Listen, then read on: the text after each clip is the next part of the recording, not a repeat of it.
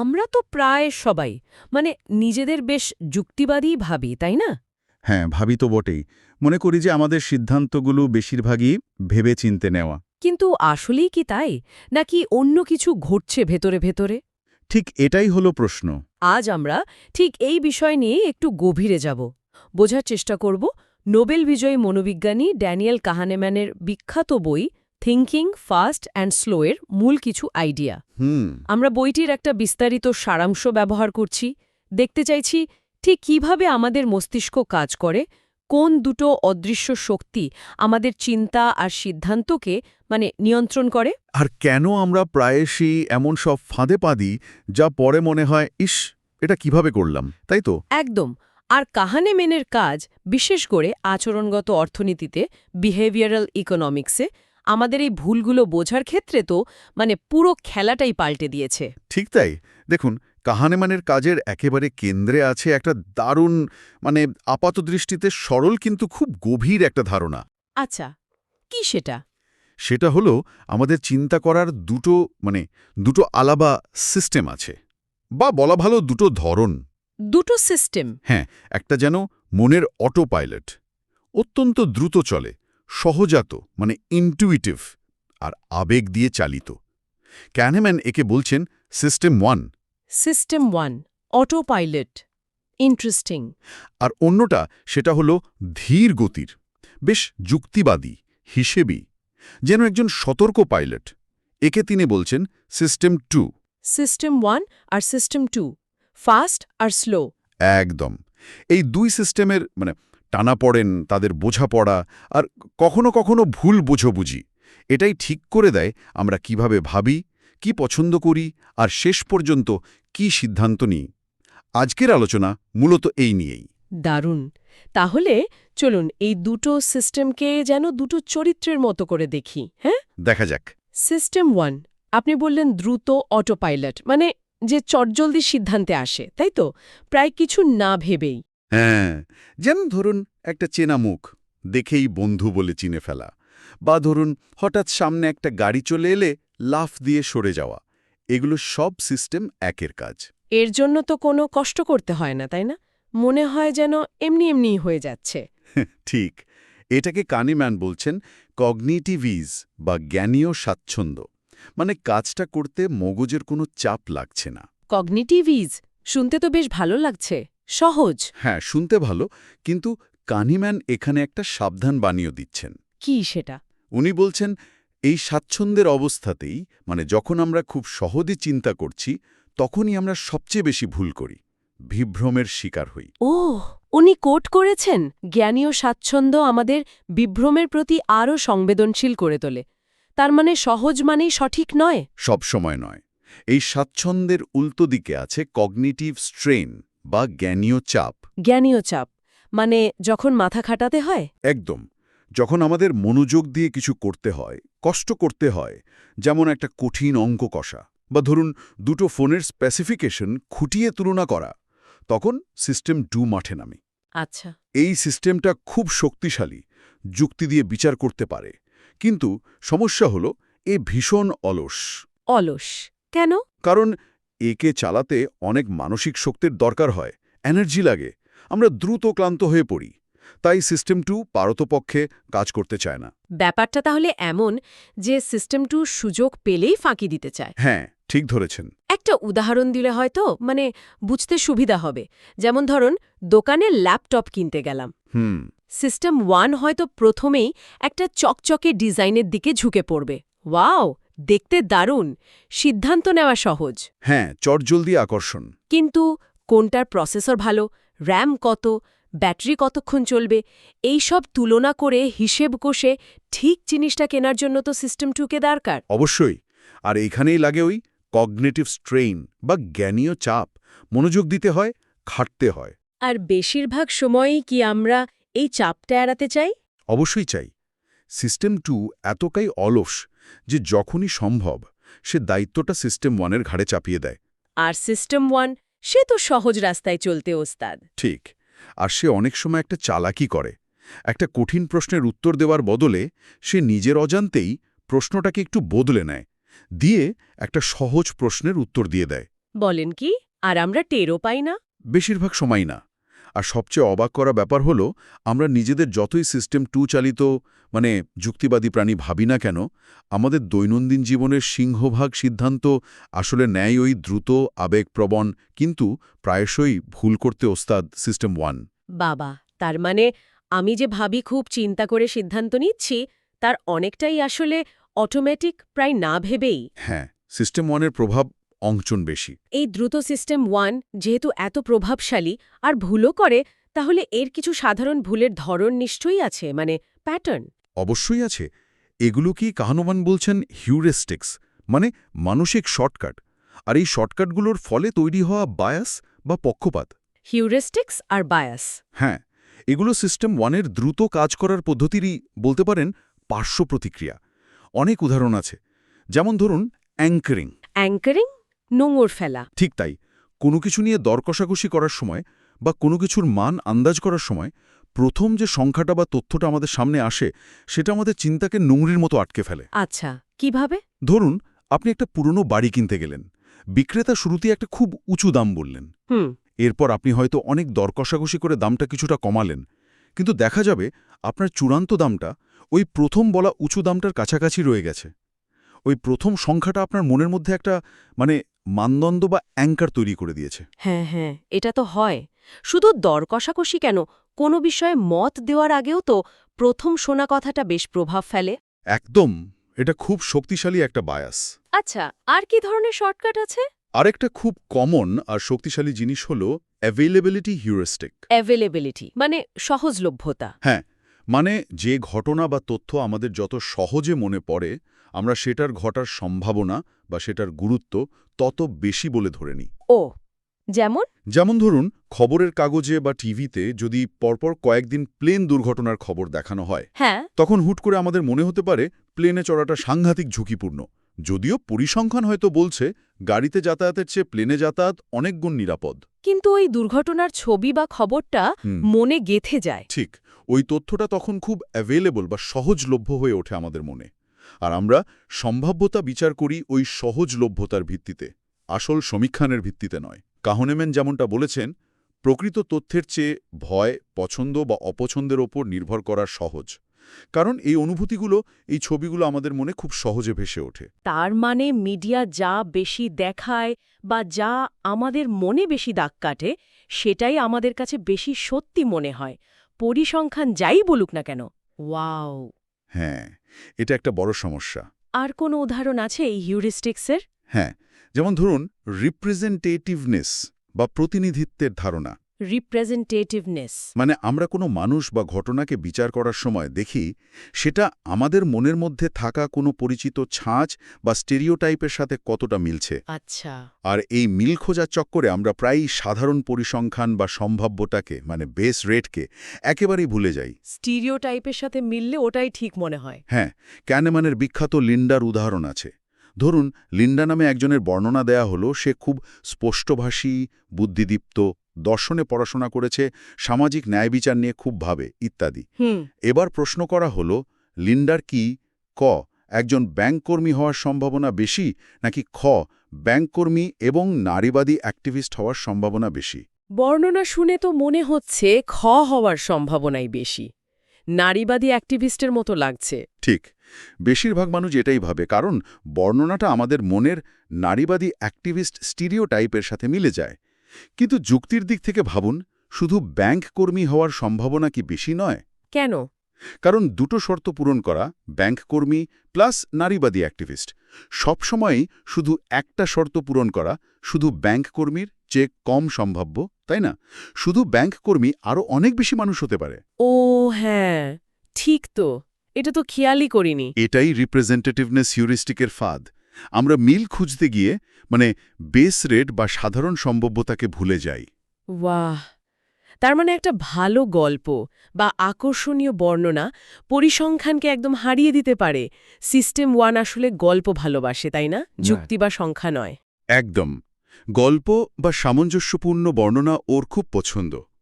কাহনেম্যানের একটা কথা আছে নিয়ে, বিশ্বাসযোগ্য পরিসংখ্যানযুক্ত বিবৃতির দ্বারা মানুষ কখনো কখনো প্রতারিত হয়, এমনকি যখন তাদের আরও ভালোভাবে জানা উচিত। গল্পটা আমাদের সিস্টেম 1কে বেশি আকর্ষণ করে বলেই এমনটা হয়। এই শর্টকাট আর পক্ষপাতগুলো তো তাহলে চুপিসারে আমাদের কত সিদ্ধান্তকেই না ভুল পথে নিয়ে যাচ্ছে। নিঃসন্দেহে। আর এই ভুলের প্রবণতার সাথে ওতপ্রোতভাবে জড়িয়ে আছে আরেকটা বড় সমস্যা। কি সেটা? সেটা হলো অতি আত্মবিশ্বাস বা ওভার কনফিডেন্স। ঠিক ঠিক, আমরা প্রায় নিজেদের জানার ক্ষমতা নিয়ে একটু বেশি আত্মবিশ্বাসী হয়ে পড়ি, তাই না? হ্যাঁ, কাহনেম্যান বলছেন আমাদের মধ্যে একটা বোঝার বিভ্রম বা ইলিউশন অফ আন্ডারস্ট্যান্ডিং কাজ করে। বোঝার বিভ্রম। মানে ঘটে যাওয়া ঘটনাগুলোর দিকে যখন আমরা পেছন ফিরে তাকাই, তখন সবকিছুকে খুব যুক্তিসঙ্গত মনে হয়, খুব সহজে ব্যাখ্যা করা যায় বলে মনে হয়, যেন এটাই তো হওয়ার ছিল। হ্যাঁ হ্যাঁ, হয়তো ঘটনার পরে সবাই বিশেষজ্ঞ হয়ে যায়। এটাকে হাইন্ডসাইট বায়াস বা অতিদৃষ্টি পক্ষপাতও বলে, তাই না? ঠিক, কিন্তু আগে থেকে বোঝাটা তত সহজ ছিল না। এই বোঝার বিভ্রম মানে অতীতকে সহজ গল্পে সাজিয়ে ফেলার প্রবণতা, এটাই জন্ম দেয় আরেকটা বিভ্রমের। সেটা কি? সেটা হলো বৈধতার বিভ্রম বা ইলিউশন অফ ভ্যালিডিটি। বৈধতার বিভ্রম? মানে যখন কোনো একটা বিষয়ে আমাদের মনে খুব জোরালো অনুভূতি আসে বা মনে হয় বিষয়টা খুব পরিষ্কারভাবে বুঝতে পারছি, তখন আমরা ধরে নিই আমাদের বিচার বা সিদ্ধান্তটাও নিশ্চয়ই সঠিক। আত্মবিশ্বাসটাই যেন ঠিক হওয়ার প্রমাণ। হ্যাঁ, কিন্তু কাহনেমান জোর দিয়ে বলছেন এটা ভুল। তার কথায় বিচারের ওপর আত্মবিশ্বাস কোনো যুক্তিযুক্ত মূল্যায়ন নয়, আত্মবিশ্বাস একটি অনুভূতি। অনুভূতি? কিসের অনুভূতি? এই অনুভূতিটা তৈরি হয় মূলত তথ্যের মধ্যে কতটা সামঞ্জস্য আছে আর সেই তথ্যটা আমাদের কাছে কতটা সহজবোধ্য লাগছে সেটার উপর ভিত্তি করে। তথ্যের বাস্তবতার বা গুণমানের উপর ততটা নয়। তার মানে আমার খুব কনফিডেন্ট লাগছে মানেই আমি ঠিক বলছি, এমনটা নাও হতে পারে। বিলকুল না। কিন্তু তাহলে বিশেষজ্ঞের সজ্ঞা মানে এক্সপার্ট ইনটিউশন, একজন অভিজ্ঞ ডাক্তার বা ধরুন একজন দমকল কর্মীর চটজলদি সিদ্ধান্ত, সেগুলো কি তাহলে নির্ভরযোগ্য নয়? না, সবসময় ভুল বা অনির্ভরযোগ্য তা নয়। কাহনেম্যান বলছেন বিশেষজ্ঞের সজ্ঞা তখনই নির্ভরযোগ্য হতে পারে যখন দুটো শর্ত পূরণ হয়। কি সেই শর্ত? প্রথমত, পরিবেশটা যথেষ্ট নিয়মিত ও অনুমানযোগ্য হতে হবে, মানে প্রেডিক্টেবল এনভায়রনমেন্ট। যেমন ধরুন দাবা খেলা বা ব্রিজ খেলা বা আগুন নেভানো, এখানে নিয়মকানুন বেশ স্পষ্ট, প্যাটার্ন আছে। আচ্ছা, আর দ্বিতীয়? দ্বিতীয়ত, বিশেষজ্ঞের সেই পরিবেশে দীর্ঘ সময় ধরে অনুশীলনের মাধ্যমে দ্রুত এবং স্পষ্ট ফিডব্যাক পাওয়ার সুযোগ থাকতে হবে। মানে তিনি একটা সিদ্ধান্ত নিলেন আর সাথে সাথে তার ফলটা দেখতে পেলেন, শিখতে পারলেন। ও, তার মানে যেখানে পরিবেশটা খুব জটিল, অনিয়মিত, যেমন ধরুন শেয়ার বাজার বা দীর্ঘমেয়াদী রাজনৈতিক পূর্বাভাস, সেখানে তথাকথিত বিশেষজ্ঞের সজ্ঞার উপর ভরসা করাটা ঝুঁকিপূর্ণ। দেখা গেছে ওইসব ক্ষেত্রে সাধারণ অ্যালগরিদম বা ফর্মুলা অনেক সময় মানুষের বিচারের চেয়ে ভালো ফল দেয়। আমাদের আত্মবিশ্বাস প্রায়শই আমাদের আসল দক্ষতার চেয়ে অনেক বেশি থাকে।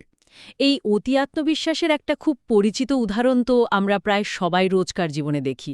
মানে কোনো কাজ শেষ করতে কত সময় লাগবে সেটা অনুমান করতে গিয়ে। ঠিক ধরেছেন, এটাই প্ল্যানিং ফ্যালাসি বা পরিকল্পনার ভুল। Planning fallacy. আমরা প্রায় সবসময়ই কোনো প্রজেক্ট শেষ করতে প্রয়োজনীয় সময় বা খরচের পরিমাণ অনেক কম করে অনুমান করি। হ্যাঁ, এটা তো হয়। কেন হয় এমন? কারণ আমরা মূলত আমাদের নির্দিষ্ট কাজটার দিকেই তাকাই, খুব আশাবাদী হয়ে ভাবি এবার সব ঠিকঠাক হবে। এটাকে বলে ইনসাইড ভিউ। আমরা ভুলে যাই যে অতীতে একই রকম অন্য কাজগুলো করতে কত সময় লেগেছিল বা কি অপ্রত্যাশিত সমস্যা হয়েছিল। সেই বাইরের তথ্যটা মানে আউটসাইড ভিউ আমরা নিই না। ও, তার মানে নিজের প্ল্যানটার দিকে না তাকিয়ে একই রকম অন্য কাজের ডেটা দেখা উচিত। হ্যাঁ, কাহনেম্যান পরামর্শ দিচ্ছেন এই অতি আশাবাদী পক্ষপাত বা অপটিমিজম বায়াস কাটাতে আউটসাইড ভিউ নেওয়াটা খুব জরুরি। একই ধরনের অন্যান্য কেস স্টাডি বা পরিসংখ্যান দেখা। ইন্টারেস্টিং। এমনকি তিনি প্রি-মর্টেম নামে একটা দারুণ কৌশলের কথাও বলেছেন। প্রিমর্টম, পোস্টমর্টম জানি, প্রিমর্টম কি? কোনো বড় প্রজেক্ট শুরু করার আগেই টিমের সবাই মিলে কল্পনা করুন যে প্রজেক্টটা 1 বছর পর ধরা যাক চূড়ান্তভাবে ব্যর্থ হয়েছে। আচ্ছা, শুরু করার আগেই ব্যর্থতার গল্প না? হ্যাঁ, এবার সবাই মিলে কারণগুলো লিখুন। কেন এটা ব্যর্থ হতে পারে, কি সমস্যা হতে পারে। এটা সম্ভাব্য সমস্যাগুলো আগে থেকেই চিহ্নিত করতে আর প্ল্যানকে আরও বাস্তবসম্মত করতে সাহায্য করে। প্রিমর্টম, দারুণ আইডিয়া তো, কাজে লাগাতে হবে। তাহলে দেখা যাচ্ছে শুধু আমরা কিভাবে চিন্তা করি বা কতটা আত্মবিশ্বাসী, সেটাই নয়, বরং লাভ লোকসানের ধারণা, ঝুঁকির প্রতি আমাদের মনোভাব, এগুলোও আমাদের সিদ্ধান্তকে মারাত্মকভাবে প্রভাবিত করে। একদম। আর এখানেই আসে ক্যানেম্যান আর তার দীর্ঘদিনের সহকর্মী প্রয়াত আমোস টেভারস্কির যুগান্তকারী কাজ প্রসপেক্ট থিওরি। প্রসপেক্ট থিওরি, এটা কি নিয়ে? এই তত্ত্বের মূল কথা হল আমরা লাভ বা ক্ষতিকে কোনো একটা শূন্য বিন্দুর সাপেক্ষে বিচার করি না, বরং একটা নির্দিষ্ট প্রসঙ্গবিন্দু বা রেফারেন্স পয়েন্টের সাপেক্ষে বিচার করি। Reference point? হ্যাঁ, মানে আমার এখন যা আছে বা আমি যা আশা করছি সেটাই আমার রেফারেন্স পয়েন্ট। তার থেকে বেশি পেলে লাভ, কম পেলে ক্ষতি। আচ্ছা। আর এর সবচেয়ে গুরুত্বপূর্ণ আবিষ্কার হল লস অ্যাভার্শন বা ক্ষতি বিমুখতা। লস অ্যাভার্শন, ক্ষতি এড়ানোর প্রবণতা। ঠিক। খুব সহজ ভাষায় বললে ১০০ টাকা পাওয়ার যে আনন্দ, তার চেয়ে ১০০ টাকা হারানোর কষ্ট আমাদের মনে অনেক বেশি দাগ কাটে। প্রায় দ্বিগুণ শক্তিশালী সেই অনুভূতি। দ্বিগুণ? বলেন কি? হ্যাঁ, কাহনেম্যানের ভাষায় লস অ্যাভার্শন দুটি প্রেরণার আপেক্ষিক শক্তিকে বোঝায়। লাভ অর্জনের চেয়ে ক্ষতি এড়াতে আমরা বেশি চালিত হই। আমরা ঝুঁকি নিয়ে লাভ করার চেয়ে ক্ষতি এড়াতে অনেক বেশি সচেষ্ট থাকি। কয় বোতাতে পুরনো জিনিস বেচে দিতে এত কষ্ট হয়, যদিও সেটার আর কোনো কাজেই লাগছে না। এটা কি তাহলে ওই লস অ্যাভার্শনের জন্যই? আমার জিনিস হারাতে চাই না। হ্যাঁ, তারই একটা প্রকাশ হলো এন্ডাউমেন্ট এফেক্ট। যে জিনিসটা একবার আমার হয়ে যায় সেটার প্রতি আমাদের একটা বাড়তি মায়া জন্মায়, আর আমরা সেটার মূল্য অন্যদের চেয়ে বেশি মনে করি শুধু এই মালিকানার কারণে। এন্ডাউমেন্ট এফেক্ট, নিজের জিনিসের প্রতি অতিরিক্ত দরদ। আর প্রসপেক্ট থিওরির আরেকটা গুরুত্বপূর্ণ দিক হল ফ্রেমিং। ফ্রেমিং মানে কিভাবে উপস্থাপন করা হচ্ছে? একদম। একই তথ্য বা পছন্দকে কিভাবে ফ্রেম করে বা সাজিয়ে উপস্থাপন করা হচ্ছে তার ওপর ভিত্তি করে আমাদের সিদ্ধান্ত সম্পূর্ণ পাল্টে যেতে পারে। একটা উদাহরণ দেবেন? ধরুন, একটা কঠিন রোগের চিকিৎসার দুটো অপশন আছে। অপশন কতে বলা হলো এই চিকিৎসায় বাঁচার হার ৯০%। হ্যাঁ, ভালো শোনাচ্ছে। অপশন খতে বলা হলো এই চিকিৎসায় মৃত্যুর হার 10%। উফ, এটা তো ভয়ঙ্কর শোনাচ্ছে। কিন্তু দেখুন, দুটো অপশনের তথ্য কিন্তু একই, তাই না? ৯০% বাঁচা মানেই 10% মৃত্যু। কিন্তু প্রথম ফ্রেমিংটা, লাভের ফ্রেমিং, অনেক বেশি আকর্ষণীয় লাগছে দ্বিতীয়টার ক্ষতির ফ্রেমিংয়ের চেয়ে।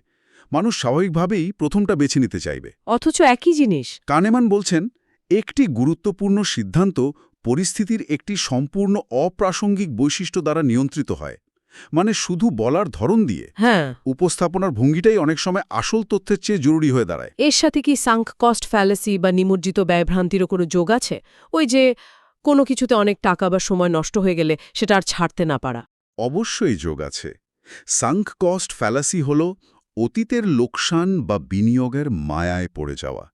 কারণ ওই লোকসানটা মেনে নেওয়া মানে ক্ষতি স্বীকার করা খুব কষ্টকর। লস অ্যাভার্শন কাজ করে। যেমন? ধরুন, একটা সিনেমা দেখতে গেলেন, টিকিট কেটে ঢুকেছেন, কিছুক্ষণ পর বুঝলেন ছবিটা জঘন্য, বোরিং। হ্যাঁ। কিন্তু যেহেতু টিকিট কেটে ফেলেছেন, টাকাটা খরচ হয়ে গেছে, ওটা সাঙ্ক কস্ট, তাই হয়তো ভাবলেন পুরোটা দেখেই উঠি। সময়টাও নষ্ট করলেন আর কষ্টও পেলেন। হ্যাঁ হ্যাঁ, এটা করি তো আমরা। অথবা ধরুন, কোনো ব্যবসায় লোকসান হচ্ছে জেনেও আপনি আরও টাকা ঢেলে গেলেন। ভাবলেন এত টাকা যখন গেছেই আরেকটু চেষ্টা করে দেখি। আগের লোকসানটা মেনে নিতে পারছেন না। এটাও তো লস অ্যাভার্শনেরই আরেক রূপ। মানে অতীতের ক্ষতিটা স্বীকার করতে না চেয়ে ভবিষ্যতের বিচারবুদ্ধি হারিয়ে ফেলা। ঠিক, আমরা ভবিষ্যতের যুক্তিসঙ্গত বিচার না করেই ভুল সিদ্ধান্তটা ধরে রাখি। এসব পক্ষপাত, ঝুঁকির প্রতি বিমুখতা, অতি আত্মবিশ্বাস, ফ্রেমিং, সাঙ্ক কস্ট, এগুলো তো আমাদের চিন্তার জগতে লুকানো মাইনফিল্ডের মতো। পদে পদে ভুল করার সম্ভাবনা। তা তো বটেই। কাহেনেম্যান তার বইয়ের শেষের দিকে আরও একটা দারুণ বিভাজনের কথা বলেছেন, আমাদের ভেতরের দুই সত্তা বা টু সেলভস নিয়ে। এটা কি জিনিস? হ্যাঁ, এটা সত্যিই খুব ভাবনার বিষয়। কাহনেম্যান বলছেন আমাদের মধ্যে আসলে দুটো আমি বাস করে। দুটো আমি? বলেন কি, কিভাবে? একটা হলো এক্সপিরিয়েন্সিং সেলফ বা অভিজ্ঞতাকারী সত্তা। অভিজ্ঞতাকারী সত্তা। এই সত্তাটা প্রতি মুহূর্তে বাঁচে। সে বর্তমানের সুখ, দুঃখ, ব্যথা, আনন্দ এগুলো সরাসরি অনুভব করে। যেমন এই মুহূর্তে আপনার আলোচনাটা ভালো লাগছে, বা ধরুন কারো দাঁতে ব্যথা করছে। এই অনুভূতিগুলো অভিজ্ঞতাকারী সত্তার। সে এখনে বাস করে। আচ্ছা, আর দ্বিতীয়টা? দ্বিতীয়টা হল রিমেম্বারিং সেলফ বা স্মরণকারী সত্তা। স্মরণকারী সত্তা, যে মনে রাখে? হ্যাঁ, এই সত্তা হলো আমাদের স্মৃতির কল্পকার। সে অতীত অভিজ্ঞতাগুলোর একটা সারসংক্ষেপ বা গল্প তৈরি করে এবং ভবিষ্যতের জন্য জমিয়ে রাখে। এই গল্পটাই আমাদের পরিচয় তৈরি করে, আমাদের সিদ্ধান্তকে প্রভাবিত করে। গল্পকার, ইন্টারেস্টিং। আর এই গল্পকার কিন্তু বেশ অদ্ভুত। সে পুরো অভিজ্ঞতার সময়কাল বা স্থায়িত্বকে ডিউরেশনকে প্রায় পাত্তাই দেয় না। মানে একটা অভিজ্ঞতা কতক্ষণ ধরে চলল সেটা গুরুত্বপূর্ণ নয়? স্মরণকারী সত্তার কাছে খুব একটা নয়। সে মূলত দুটো জিনিসের উপর ভিত্তি করে গল্পটা লেখে বা স্মৃতিটা তৈরি করে। কি সেই দুটো জিনিস? এক হলো অভিজ্ঞতার সবচেয়ে তীব্র মুহূর্তটা। সেটা সবচেয়ে ভালোও হতে পারে, আবার সবচেয়ে খারাপও হতে পারে। এটাকে বলে পিক। পিক। আর দুই হলো অভিজ্ঞতার একেবারে শেষের মুহূর্তটা, এন্ড। পিক আর এন্ড, শুধু এই দুটো? হ্যাঁ, এটাকে পিক এন্ড রুল বলা হয়। ধরুন আপনি 1 ঘন্টার একটা খুব কষ্টকর মেডিকেল টেস্ট করালেন। বেশিরভাগ সময়টাই খুব যন্ত্রণার ছিল, পিক যন্ত্রণা। কিন্তু শেষের 5 মিনিট হয়তো তেমন কষ্ট হয়নি, এন্ড। আপনার স্মরণকারী সত্তা হয়তো পুরো অভিজ্ঞতাটাকে অতটা খারাপ বলে মনে রাখবে না, যতটা আপনার অভিজ্ঞতাকারী সত্তা প্রতি মুহূর্তে কষ্ট পেয়েছিল, কারণ শেষটা ভালো ছিল। আর উল্টোটাও হতে পারে। ধরুন একটা লম্বা ছুটি খুব ভালো কাটল, কিন্তু ফেরার দিন এয়ারপোর্টে ভয়ানক হয়রানি হলো। ঠিক। তাহলে আপনার স্মরণকারী সত্তা হয়তো পুরো ছুটিটাকেই একটা বাজে অভিজ্ঞতা হিসেবে দাগিয়ে রাখতে পারে, যদিও অভিজ্ঞতাকারী সত্তা হয়তো বেশিরভাগ সময়ই আনন্দ পেয়েছে।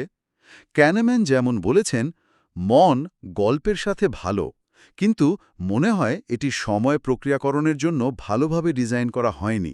তার মানে আমাদের অভিজ্ঞতা আসলে কেমন ছিল, তার চেয়ে আমরা অভিজ্ঞতাটাকে কিভাবে মনে রাখছি সেটাই আমাদের ভবিষ্যতের সিদ্ধান্তকে বেশি প্রভাবিত করে। একদম। আর এখানেই সমস্যাটা তৈরি হয়। আমাদের সুখ বা জীবন সন্তুষ্টির মূল্যায়ও এই স্মরণকারী সত্তার দ্বারা ভীষণভাবে প্রভাবিত। কিভাবে?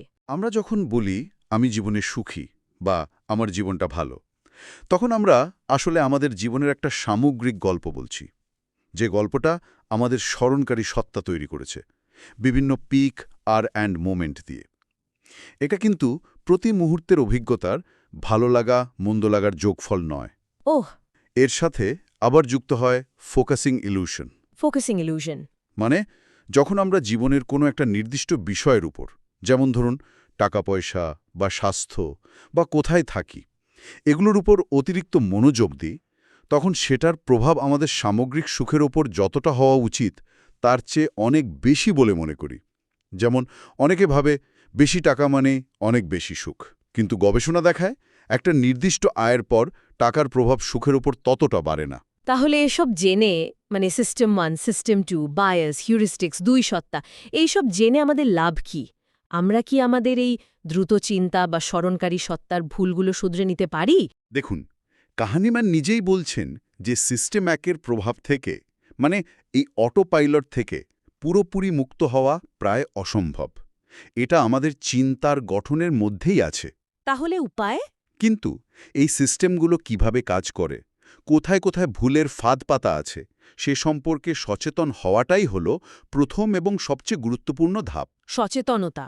হ্যাঁ, আমরা হয়তো সবসময় ভুল এড়াতে পারবো না, কিন্তু কোথায় ভুল করতে পারি সেটা জানা থাকলে আমরা অন্তত একটু থামতে পারি, একটু চেষ্টা করতে পারি সিস্টেম 2-কে জাগিয়ে তোলার, বিশেষ করে যখন সিদ্ধান্তগুলো গুরুত্বপূর্ণ। মানে নিজেকে প্রশ্ন করা, একটু ধীরে ভাবা। হ্যাঁ, আর অন্যের সাহায্য নেওয়া, পরিসংখ্যান দেখা, আউটসাইড ভিউ খোঁজা। যেমন কাহনেমান তার বইয়ের শেষে বলেছেন, কথাটা খুব গুরুত্বপূর্ণ, আপনি নিজের সম্পর্কে যা অনুভব করেন তার চেয়ে অনেক কম জানেন। বাহ, গভীর কথা। এই উপলব্ধিটাই, এই বিনয়টাই হয়তো উন্নত চিন্তার দিকে প্রথম পদক্ষেপ। তাহলে আজকের এই গভীর আলোচনার মূল কথাটা যদি এক কথায় বলি, আমাদের মনের ভেতরে যেন দুটো চরিত্রের বাস। একটা দ্রুত কিন্তু প্রায়ই ভুল করে বসা নায়ক, সিস্টেম 1, আর একটা যুক্তিবাদী কিন্তু বেশ অলস এক পরামর্শদাতা, সিস্টেম 2।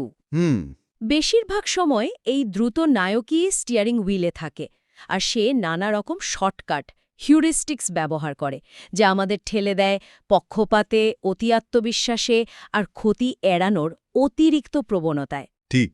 এমনকি আমাদের অভিজ্ঞতা আর স্মৃতি সেগুলোও সবসময় বাস্তবতাকে সঠিকভাবে তুলে ধরে না, বরং একটা সম্পাদিত গল্প শোনায়। হ্যাঁ, স্মরণকারী সত্তার গল্প। এই সব কিছুর ব্যাপারে সজাগ হওয়াই কি তাহলে উন্নত চিন্তার চাবিকাঠি? আমার মনে হয় এটাই শুরু। সচেতনতাই প্রথম ধাপ। আর এখানেই আমি বরং একটা প্রশ্ন রেখে যেতে চাই সবার ভাবনার জন্য। অবশ্যই, কি প্রশ্ন? যেহেতু আমরা দেখলাম যে আমাদের স্মরণকারী সত্তা মানে রিমেম্বারিং সেলফ প্রায়শই আমাদের ভবিষ্যতের পছন্দকে নির্দেশ করে, এবং সেটা আমাদের প্রতি মুহূর্তের অভিজ্ঞতার এক্সপিরিয়েন্সিং সেলফের চেয়েও অনেক সময় বেশি শক্তিশালী হতে পারে। তাহলে আমরা কি সচেতনভাবে, মানে ইচ্ছাকৃতভাবে এমন অভিজ্ঞতা ডিজাইন করতে পারি, বা আমাদের অভিজ্ঞতাগুলো নিয়ে এমনভাবে ভাবতে বা রিফ্লেক্ট করতে পারি যাতে আরও নির্ভুল আর উপকারী স্মৃতি তৈরি হয়? এমন স্মৃতি যা শুধু একটা ভালো অনুভূতির গল্পই শোনাবে না, বরং ভবিষ্যতে সত্যিই আরও ভালো সিদ্ধান্ত নিতে আর সত্যিকারের সুস্থতার পথে চলতে আমাদের সাহায্য করবে।